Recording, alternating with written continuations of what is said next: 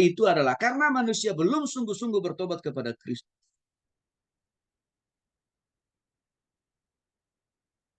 Galatia pasal 5 ayat 19 sampai dengan 20 kita tahu ayat ini. Menjelaskan perbuatan-perbuatan daging telah nyata. Kecemaran, hawa nafsu, kedagingan, kemarahan, kesombongan, egoisme, perzinahan, perselingkuhan, kepahitan. Masih banyak lagi hal yang lain. Itu menjadi semakin subur di dalam diri manusia. Mulai dari Adam dan Hawa sampai kepada generasi manusia-manusia atau bayi-bayi berikutnya.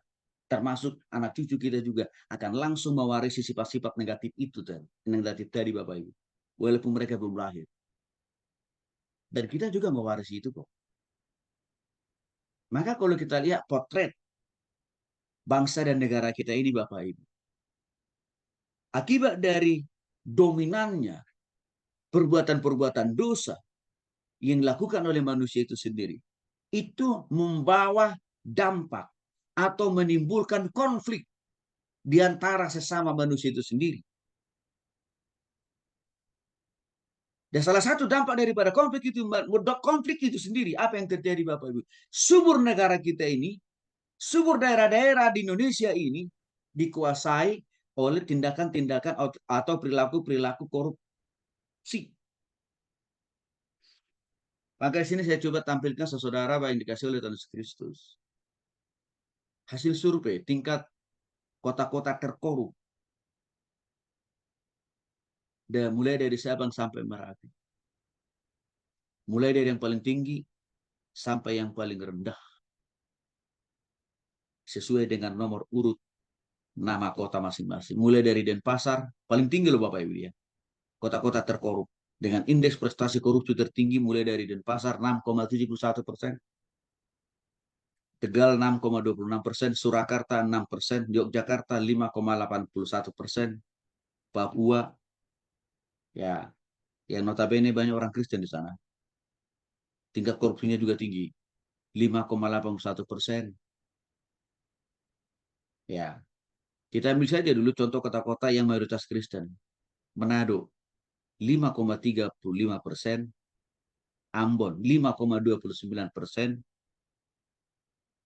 Ya, tempat tinggal di mana saya berada di Bandung, indeks prestasi korupsinya 5,4%, masih tinggi.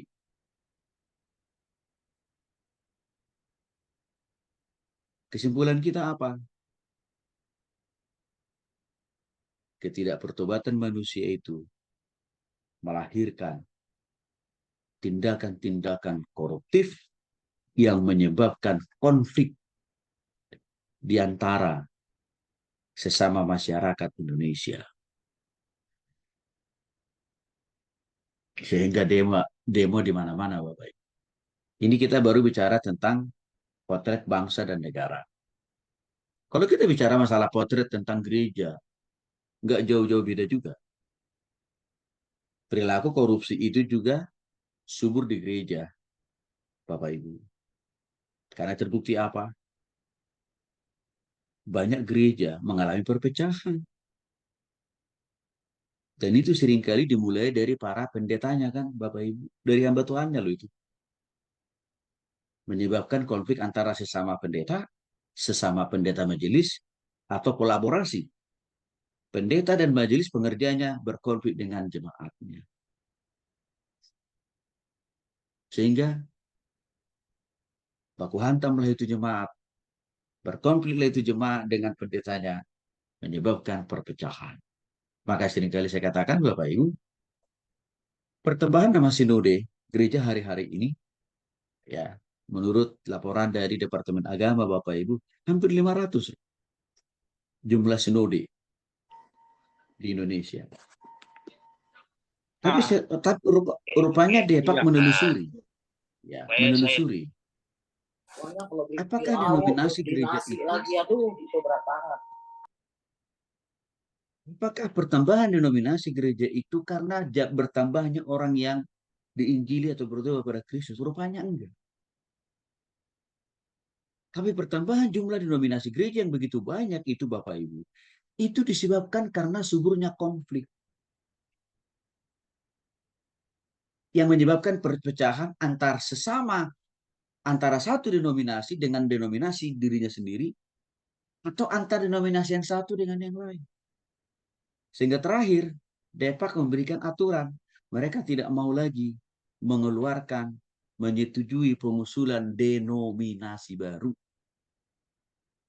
Kecuali dapat dibuktikan, lahirnya denominasi baru ini sungguh-sungguh produk atau hasil dari penginjilan yang konsisten.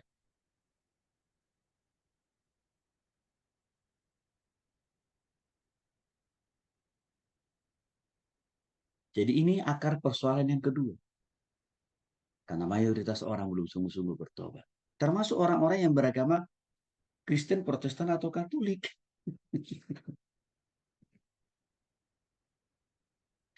Sama.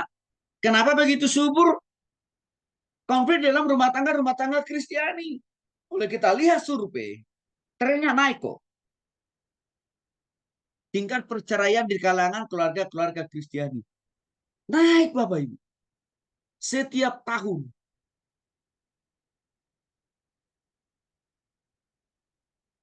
Termasuk di dalamnya ya perceraian di kalangan keluarga para hamba-hamba Tuhan, para pelayan-pelayan Tuhan, dan apalagi jemaat-jemaat Tuhan. Tinggi perceraian itu, Bapak Ibu. Saya sudah singgung minggu yang lalu, anaknya Gilbert Lumindo, yang notabene pendeta sekalipun, sudah khotbah bertahun-tahun, bubar rumah tangganya. Akhirnya dia harus mengundurkan diri jadi pendeta, kan Bapak Ibu. Itu contoh yang paling faktual, paling segar dalam ingatan kita. Mengapa itu terjadi? Karena mayoritas hamba-hamba Tuhan, para pendeta, apalagi jemaat, belum sungguh-sungguh bertawaf terima Yesus. Maka untuk itu selalu saya tekankan kepada Bapak Ibu yang dikasih oleh Tuhan Yesus Kristus. Waktu Bapak Ibu masuk di sekolah kita ini, pastikan Bapak Ibu harus sungguh-sungguh bertobat. Karena kalau enggak, akan ada banyak konflik dan masalah.